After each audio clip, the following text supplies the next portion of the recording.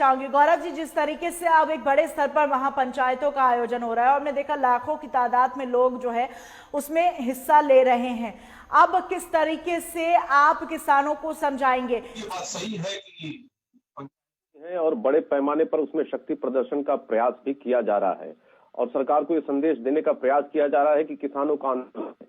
लेकिन हम ये विश्वास के साथ कह सकते हैं कि किसान का जो विषय था कहीं न कहीं इन आंदोलनों में अब भटक चुका है पूरी तरह से और ये शक्ति प्रदर्शन तक सीमित रह गया है। जिस तरह से खालिस्तानियों ने उपद्रव किया 26 तारीख को और उसके बाद खालिस्तानी बनाम जाट इस तरह का वहां पे मूवमेंट चला और फिर जाट प्राइड किस तरीके से खड़ा किया जाए उसके पीछे एक कैंपेनिंग चली और उसी कैंपेनिंग का नतीजा है कि आज ये पंचायतों के रूप में आज ये शक्ति प्रदर्शन देखने को मिल रहा है। और वहीं कहीं न कहीं जो चुनाव होने वाले हैं आने वाले 10-12 महीनों में उसके पीछे की भी तैयारी के रूप में इन्हें देखा जा सकता है। परंतु हम ये विश्वास के साथ कह सकते हैं कि जो 40-41 संगठन इस आंदोलन को चला रहे थे, आज वो 40-41 संगठन है कहाँ?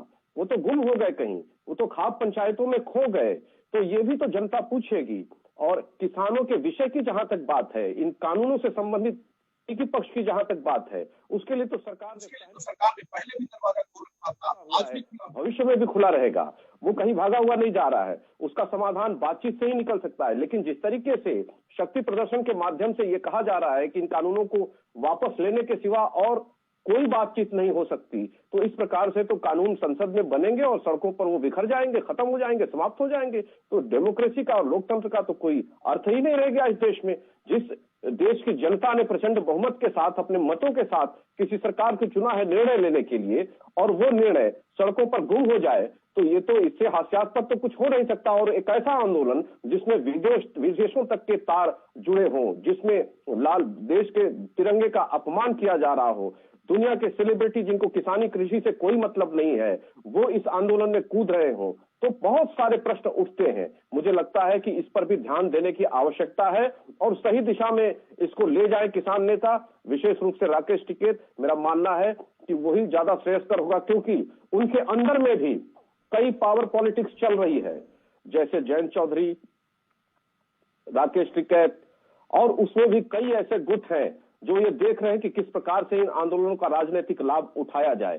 तो कहीं न कहीं इन राजनीतिक स्वार्थ के कारण ये आंदोलन गुम न हो जाए। हाँ, हम एक बात जरूर कह सकते हैं कि इन आंदोलनों के कारण लाभ हुआ है, किसानों को भी लाभ हुआ है, उनके मांग को भी लाभ हुआ है। सरकार ने जो संशोधनों को स्वीकार किया है और जो सुधार करने की बात की है वो उनके आंदोलन का ही ये नतीजा है, उनके आंदोलन का ही प्रतिफल है। लेकिन इसको प्रतिष्ठा का विषय बनाकर जिस तरीके से संसद को गिराने का प्रयास सड़कों पर किया जा रहा है, ये बहुत ही दुर्भाग्यपूर्ण है और इससे बचना चाहिए भविष्य को ध्यान में रखते हुए। और इससे पहले सरकार ये कह रही थी कि जब हम कृषि कानून लेकर आए हैं तो सिर्फ एक हिस्से के किसान को ही क्यों तकलीफ है इससे? आप लगातार कह रहे थे कि पंजाब के किसान ही इसका विरोध कर रहे हैं क्योंकि वहां कांग्रेस की सरकार है, उनको भड़काया जा रहा है। लेकिन अब जो किसान वहां पर दिखाई दे रहे हैं, जो आंदोलन में हिस्सा लेते हुए दिखाई दे रहे हैं, वो सिर्फ पंजाब के किसान नहीं है, पश्चिमी यूपी के किसान हैं, हरियाणा के किसान हैं। तो एक बड़ी तादाद में हर एक हिस्से से किसान वहां पर आके इस समय मौजूद है। तो क्या आपको नहीं लग रहा कि एक बड़ी तादाद में किसान अब इसके विरोध में हिस्सा ले चुके हैं और उनकी एक ही मांग है कि इस बिल को वापस लिया जाए? तो कोई ना कोई फैसला आप लोग को जरूर लेना पड़ेगा।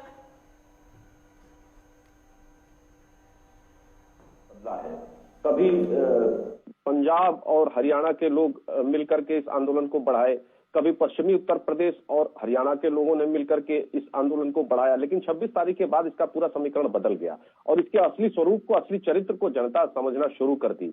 आज जो ये शक्ति प्रदर्शन हो रहा है, जो जनबल दिखाने का प्रयास हो रहा है, ये सिर्फ किसानों के कानूनों के कारण नहीं है, ये कहीं न कहीं उनकी अपनी निजी राजनीति के कारण है और जिस तरीके से विपक्ष भी इसमें अपनी संभावनाएं तलाश रहा है उसका ये नतीजा है।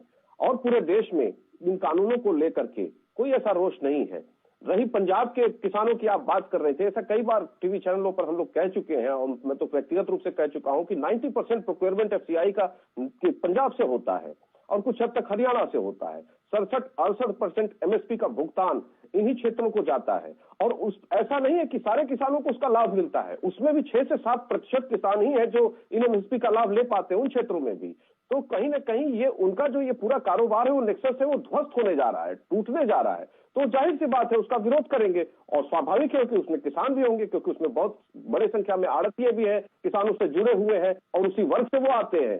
तो ऐसा नहीं है कि उसमें किसान नहीं है, किसान है, लेकिन व्यापक पैमाने पर यदि देखा जाए पूरे राष्ट्रीय स्तर पर, तो इसको समझने के बाद कोई इस कानूनों के खिलाफ आवाज उठाने के लिए तैयार नहीं, क्योंकि पता है कि इस कानूनों का व्यापक लाभ इस देश को होना है, किसानों को होना है।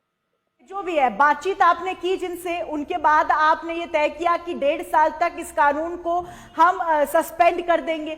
लेकिन क्या आपको नहीं लगता कि क्योंकि अब ये मुद्दा बन चुका है कि 1.5 साल के सस्पेंशन के बाद भी किसान नहीं मान रहे हैं, तो सरकार को कहीं ना कहीं अनिश्चित काल के लिए इसे सस्पेंड करने की बात अब यहाँ पर करनी चाहिए, ताकि इस आंदोलन को खत्म किया जा सके जो दिन प्रतिदिन बड़ा होता चला जा रहा है? सरकार की अपनी एक प्रतिष्ठा होती है, संसद की एक प्रतिष्ठा होती है, और जब संसद कह रही है कि आप आइए हमसे विचार करिए, देश का सुप्रीम कोर्ट, सर्वोच्चतम न्यायालय जब ये कह रहा है कि एक कमेटी हमने बना दिया है, उसके समक्ष अपनी बातों को रखिए, तो उससे क्यों भाग रहे हैं? क्यों उसको नाक का विषय बना रहे हैं? उसके साथ बैठ करके और उसमें जो कमी है उसको उजागर करें। उनको बताना पड़ेगा, पूरे देश को बताना पड़ेगा कि इन कानूनों में ये कमी है, कमी आज तक किसी नेता ने नहीं बताया। तो इसका अर्थ है कि कहीं न कहीं आपका पक्ष छुपा हुआ है, पर्दे के पीछे का खेल कुछ और है, तो उसको स्पष्ट करना पड़ेगा। और आप जब तक पवित्रता के साथ, स्पष्टता के साथ जनता के सामने, सरकार के सामने नहीं आएंगे, तब तक इस समस्या का समाधान नहीं हो सकता। आप 11 बार बैठे हैं, बात की है, आखिर क्या कारण है कि 11 बार में सहमति नहीं बन पा रही है? आखिर उसके पीछे का एजेंडा क्या है? सरकार जिसके जिम्मे सिर्फ एक किसान कानून नहीं है, पूरे देश की अर्थव्यवस्था है, अंतर्राष्ट्रीय नीति है, गृह नीति है, तमाम सारे काम होते हैं, तमाम मंत्रालय काम करते हैं, वो पूरी सरकार सिर्फ आपके विषय को लेकर के 11 बार चर्चा करती है और उसके बाद हल नहीं निकलता है। तो आप क्या समझते हैं, इस देश के सारे कार्य रोक दिए जाए इन्हीं तीनों कानूनों को लेकर के? तो ये मुझे लगता है कि सरकार के साथ ब्लैकमेलिंग का खेल ये ठीक नहीं है, क्योंकि सरकार के साथ